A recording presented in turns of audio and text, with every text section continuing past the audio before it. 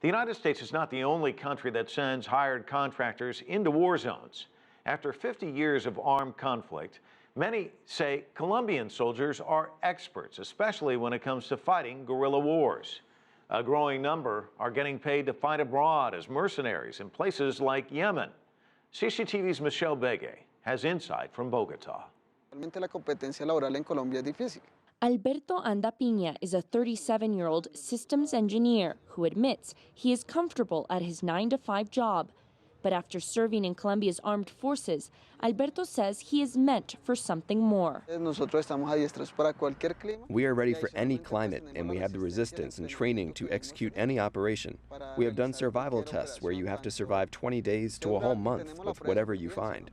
Alberto was forced to retire from the military after an accident.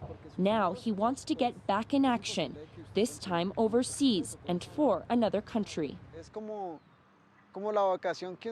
It is our vocation, and it's an opportunity to leave the country and be someone. And if God wills it, we can bring back money to start a business.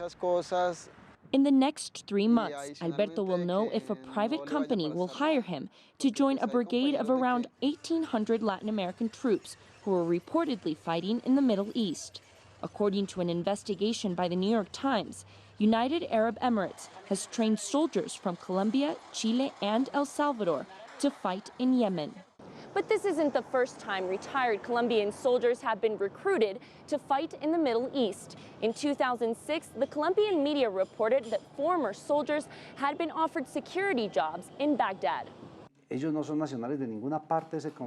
International security and defense consultant John Marulanda says many Colombian soldiers are offered security jobs abroad because of their extensive experience fighting in Colombia's 50-year civil conflict, the world's longest war. The truth is that Colombians are very qualified, unfortunately for violence and war. But Colombia isn't the only one. This happens in South Africa, Israel, Great Britain, and many more countries. There is a market for this. Juan, who asked us to keep his family name a secret for security reasons, served in the Colombian military for 16 years. After retiring, he was offered $3,500 to work in Iraq and Afghanistan under a 2-year contract. The retired military men from Colombia were working as security detail for all the Americans in their camps where they sleep and the surrounding areas of the embassy. Is the risk worth the money? Alberto Andapiña says it is.